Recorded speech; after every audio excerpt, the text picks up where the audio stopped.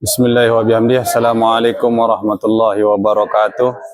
Kepada yang terhormat Bapak Ibu dosen penguji uji kinerja, perkenalkan nama saya M. Nasir dengan NIM 25901849508880. Mahasiswa PPG Guru Tertentu tahap 2 tahun 2025, program studi Ilmu Pengetahuan Sosial di LPTK Universitas Negeri Makassar. Pada hari ini saya akan melaksanakan praktik pembelajaran dalam rangka penilaian uji kinerja di Madrasah Sanawiyah Darul Abror NW Toabo dengan materi kondisi geografis dan pelestarian sumber daya alam. Demikian perkenalan saya. Sekian dan terima kasih. Selamat menyaksikan. Wallahul muwaffiq wal hadi ila sabilir rasyad. Wassalamualaikum warahmatullahi wabarakatuh.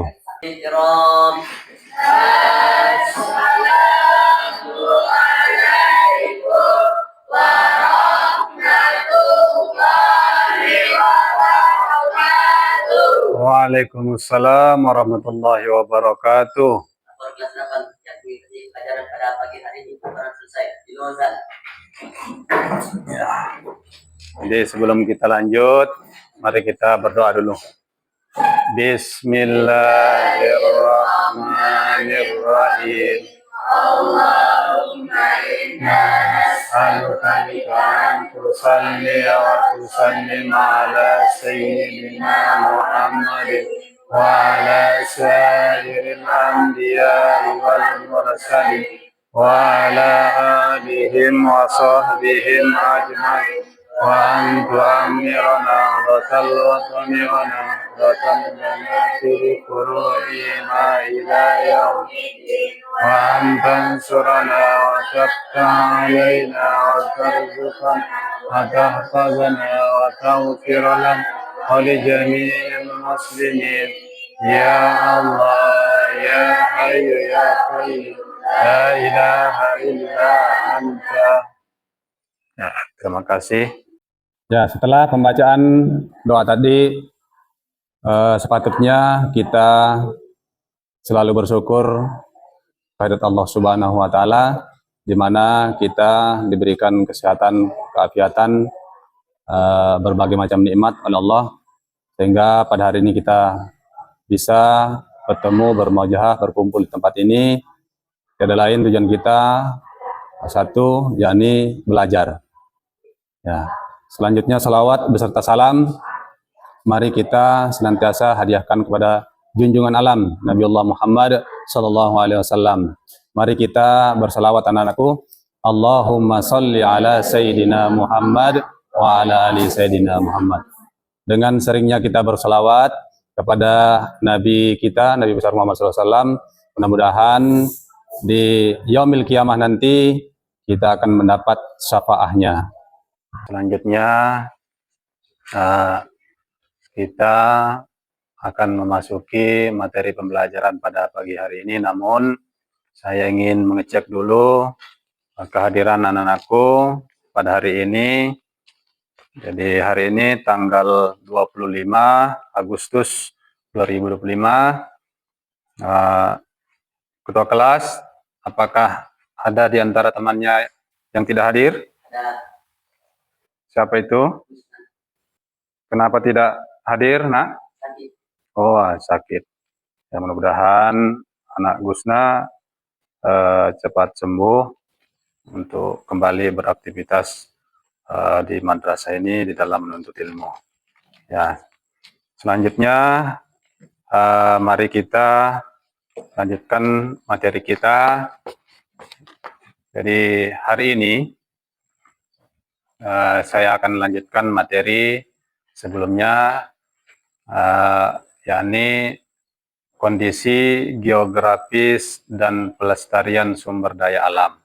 Ya, namun sebelumnya pelajaran ini kita pernah pelajari di kelas 7 kemarin ya. Di kelas 7 kemarin, namun ini kembali pada semester ganjil ini di kelas 8. kita kembali disuguhkan materi yang sama, yaitu kondisi geografis dan pelestarian alam, ya, pelestarian alam, sumber daya alam, ya. Jadi ini di dalam ilmu IPS atau ilmu pengetahuan sosial ini sangat kompleks pembelajaran kita, ya. Kalau kita mau bandingkan dengan pelajaran-pelajaran yang lain, ya, pelajaran-pelajaran yang lain, diantaranya di dalam ilmu IPS itu ada 4 pelajaran yang ketika kita masuk di jenjang yang lebih tinggi, di fase E atau di madrasah aliyah, ya, atau di SMA dan sederajat, itu dia sudah terpisah pelajaran ilmu pengetahuan. Jadi ada di sana mapel geografi, sosiologi, ekonomi, dan sejarah. Namun kita di madrasah sanawiyah masih tergabung di dalamnya. Nah, ya, yang dulunya sebelum kurikulum K13 itu dikatakan IPS terpadu, ya. Nah, namun setelah ada kurikulum Merdeka sekarang itu menjadi IPAS, ilmu pengetahuan sosial dan ilmu pengetahuan alam. Nah, itu kalau di MI. Nah, namun itu tidak mengurangi daripada pembelajaran kita. Nah, di dalamnya yang pertama di dalam ilmu pengetahuan sosial itu adalah pertama ilmu sosiologi, ilmu yang mempelajari tentang sosiologi, tentang karakteristik manusia, ya. Nah, jadi yang kedua di situ ada ilmu sejarah. Nah, di mana ilmu sejarah itu diawali dari masa praaksara atau masa belum mengenal tulisan, nah itu sampai sejarah nasional, ya, masuknya sejarah nasional, masuknya penjajah di muka bumi Indonesia, ya, itu sampai kemerdekaan, itu semua dibahas di ilmu pengetahuan sosial. Yang selanjutnya yang ketiga adalah geografi, ya. Ini ilmu yang pelajari tentang alam sekitar kita terutama, ya. Tetapi kita juga akan belajar semua yang ada di muka bumi. Kita pelajari di sini nanti. Nah, yang terakhir di situ ada ilmu yang mempelajari tentang ekonomi, kebutuhan hidup manusia. Nah, di situ butuh manusia itu sangat membutuhkan kelengkapan hidup, terutama papan, pangan, sandang. Nah, itu yang sangat urgen bagi kita selaku manusia. Nah, inilah kelebihan daripada ilmu pengetahuan sosial, anak-anakku, ya. Jadi baiklah anak-anakku, hari ini kita akan mencoba melihat daripada materi kita di video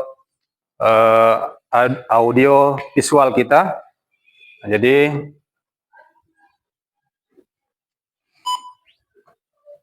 kita saksikan.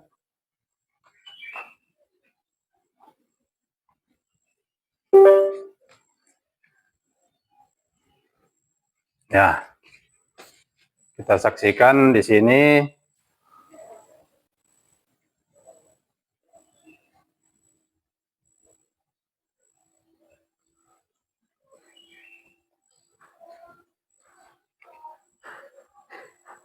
Ini, seperti yang sampaikan tadi di modul ajar kita di sini adalah kondisi geografis dan pelestarian sumber daya alam.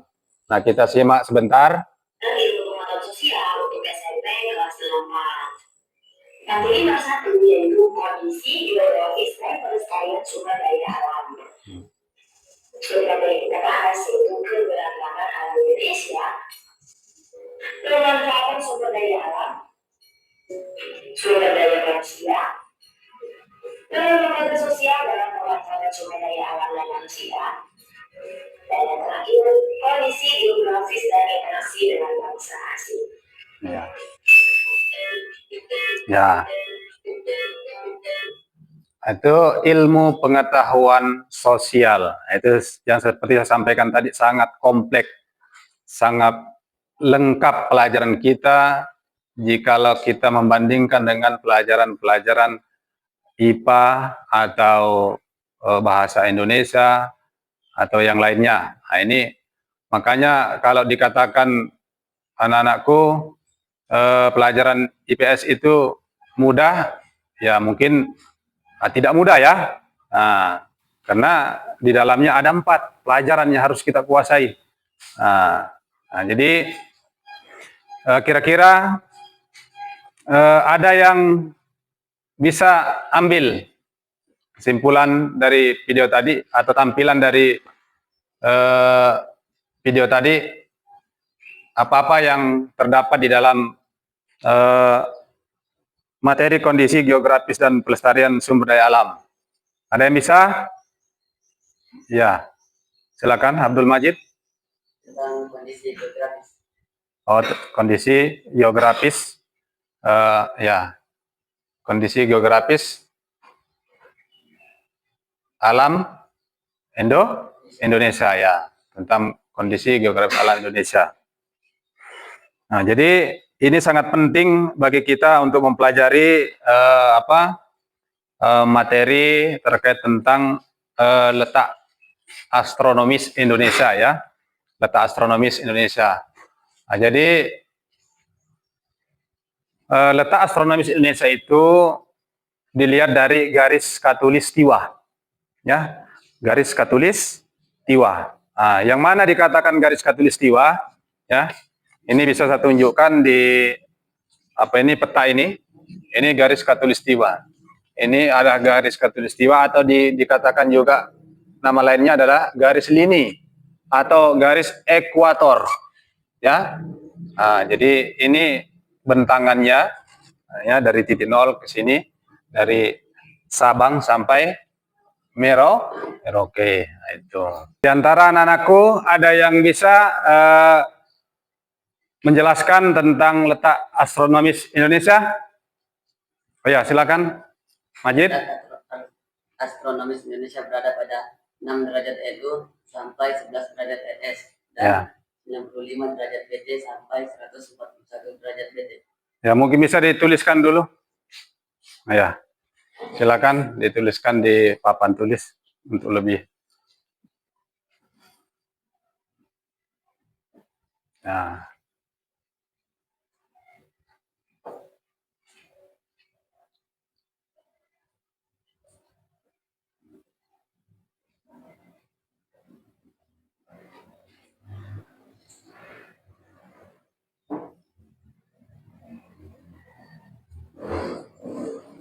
Ya, kasih aplaus dulu untuk Abdul Majid.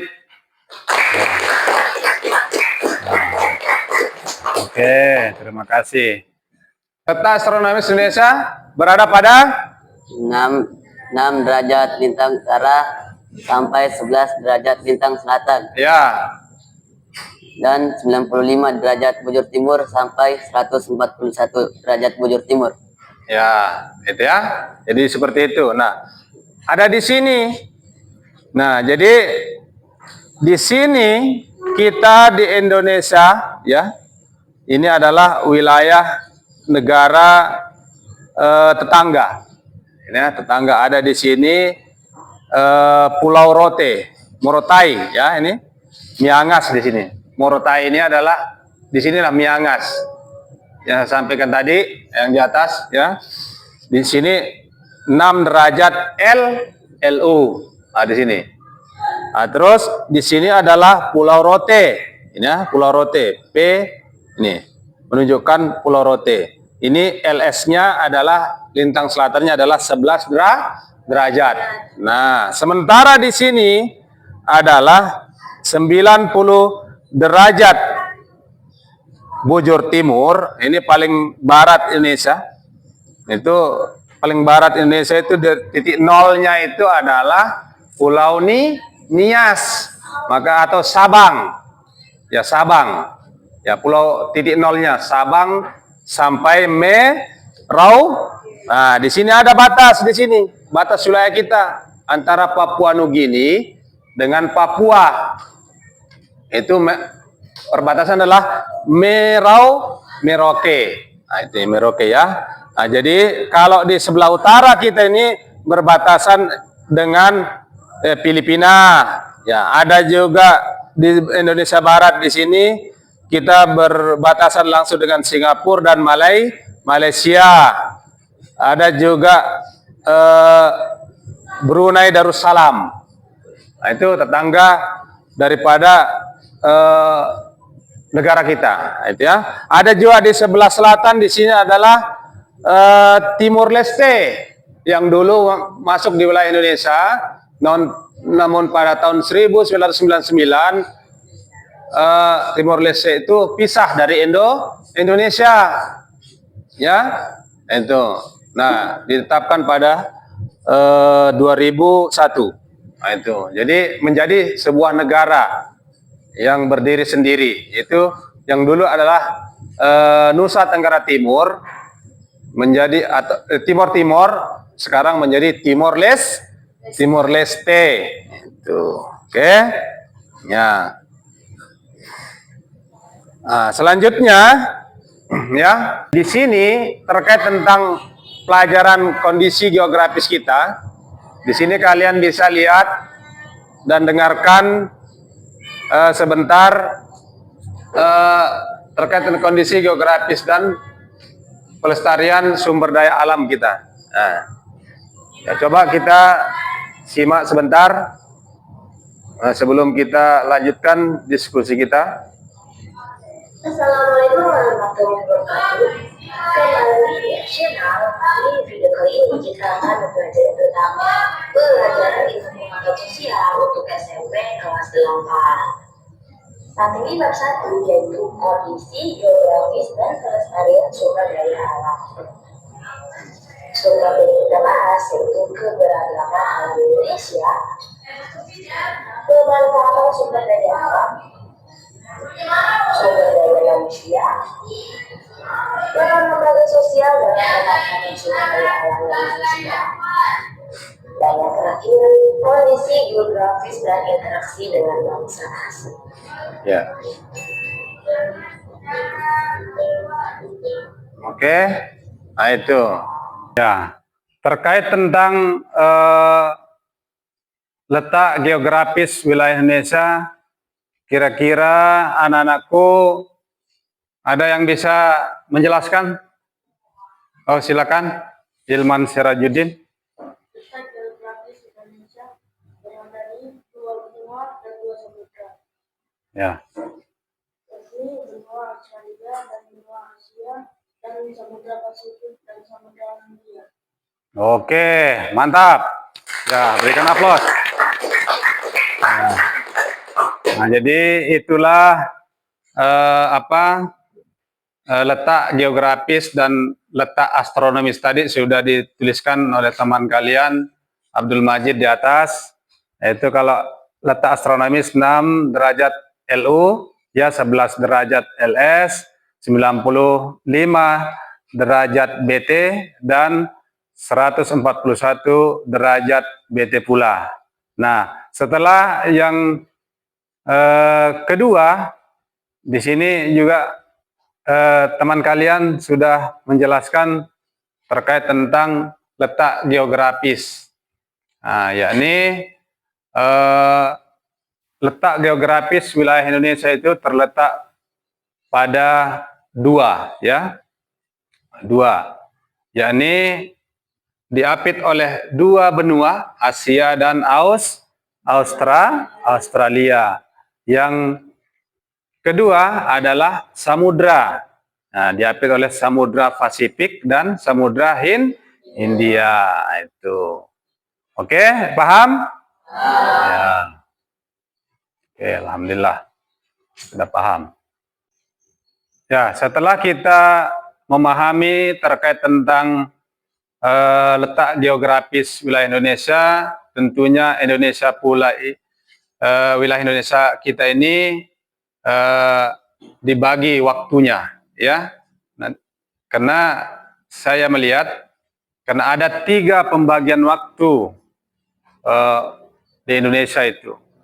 Diambil dari garis Greenwich-nya, ya, yaitu wilayah yang ada pada posisi garis ini Greenwich, ini ada sini tadi itu garis lini ya.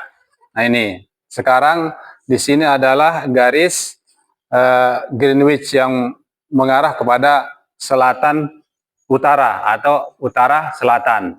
Nah, mungkin dari anak-anakku ada yang bisa menjelaskan terkait tentang pembagian waktu di Indonesia? Ya, silakan Ayuna. Karena waktu Indonesia dibagi menjadi 3, yaitu WIB, WITA, WIT. WIB waktu Indonesia Barat, WITA waktu Indonesia Tengah, WIT waktu Indonesia Timur. Timur. Ya.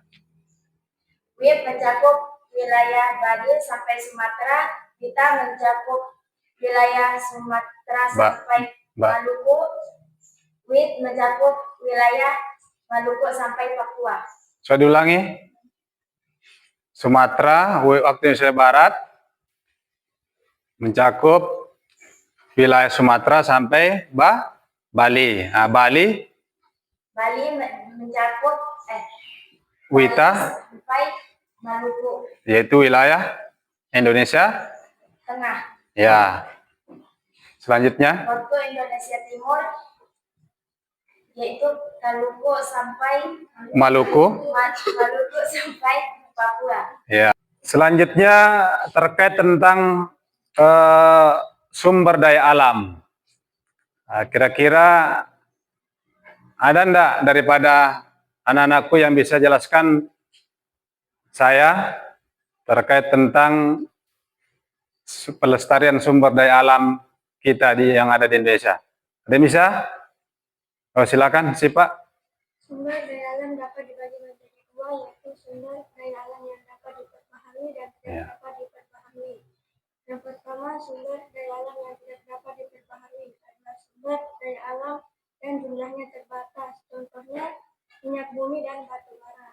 Yang kedua, sumber daya alam yang dapat diperpahami adalah sumber daya alam yang dapat dimanfaatkan secara terus-menerus dan dapat tersedia kembali, contohnya tanah dan hutan. Ya. Oke, terima kasih. Jadi itu tadi sudah dijelaskan oleh teman kalian Syifa terkait tentang alam. Nah, ketika alam itu ya kita manfaatkan dengan baik, maka itu akan berdampak kepada kita semua. Ya, akan berdampak kepada kita semua. Karena kalau kita tidak lestarikan, tidak rawat baik-baik hutan kita atau lingkungan kita, maka itu akan berdampak pula kepada kita. Sebagaimana yang telah dijelaskan dalam Al-Quran itu yang berbunyi, Zaharal fasadu fil barri wal bahri bima kasabat aidin nas. Jadi kerusakan di muka bumi ini disebabkan oleh kaki tangan manusia, atau kerusakan di daratan dan di lautan itu disebabkan oleh kaki tangan manusia. Maka kalau manusia itu memperbaiki alamnya, maka akan baik pula kondisi alam kita. Manusianya akan baik pula. Kalau alam manusianya yang merusak alamnya sendiri, maka lihat apa yang terjadi. Banjir bandang, ya, abrasi di mana-mana.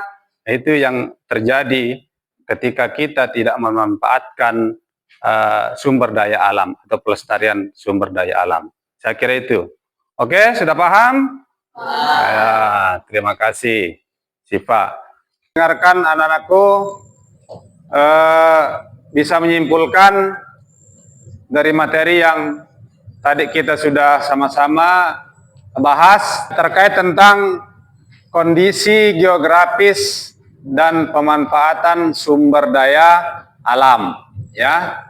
Nah, jadi sebagai kesimpulannya adalah tadi kita awali dengan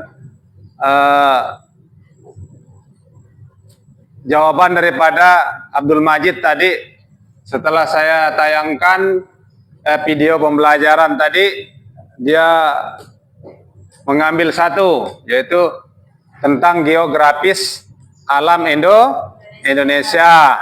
Nah, itu. Nah, jadi sekarang kita simpulkan letak astronomis Indonesia. Ya. Masih diingat, Majid? Masih. Ya, coba. Jadi kesimpulannya letak astronomis Indonesia berada di 6 derajat LU, 11 derajat LS, 95 derajat BT sampai 141 derajat BT. Ya.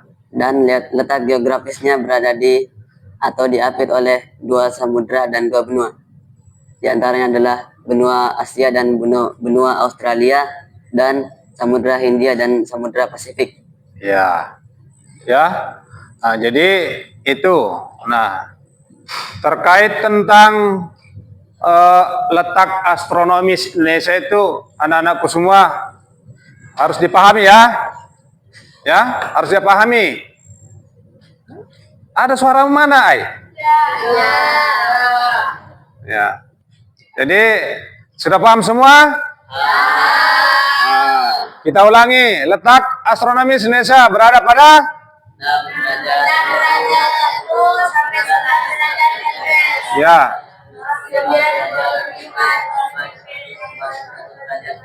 Ya, itu. Letak geografisnya Diapit oleh 2 benua. Nah, 2 samudra. Nah, itu oke. Kita akan simpulkan terkait tentang pemanfaatan sumber daya alam. Ya. Mungkin ada yang bisa? Ya, Syifa, silakan.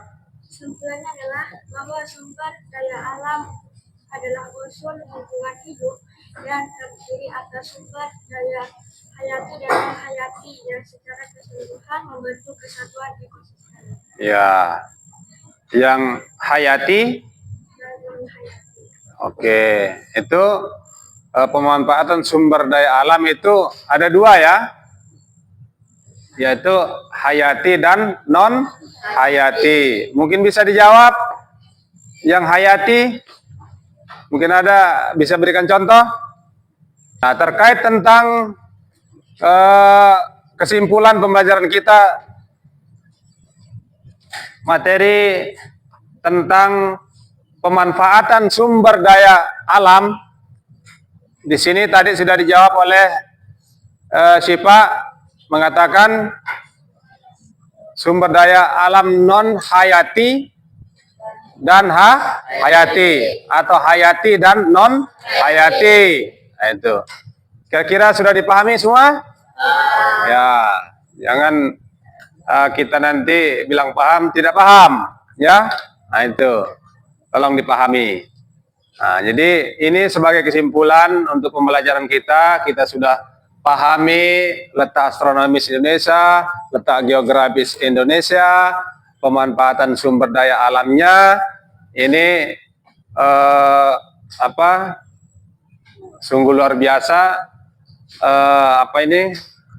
Pemanfaatan alam kita, ya, ini tentang alam hayati dan non hayati, ya, yang bisa digunakan digunakan dan tidak bisa digunakan, atau biotik dan abiotik. Nah, itu ada semua. Nah, itu yang bisa diperbaharui adalah hewan dan tumbuhan. Sementara yang tidak bisa diperbaharui adalah air, tanah, dan gas. Nah, itu semua. Nah, jadi sekedar itu kesimpulan dari materi pada hari ini terkait tentang materi kondisi geografis dan pelestarian sumber daya alam kita. Nah, mungkin cukup sekian dari saya. Mudah-mudahan ini bermanfaat bagi kita semua,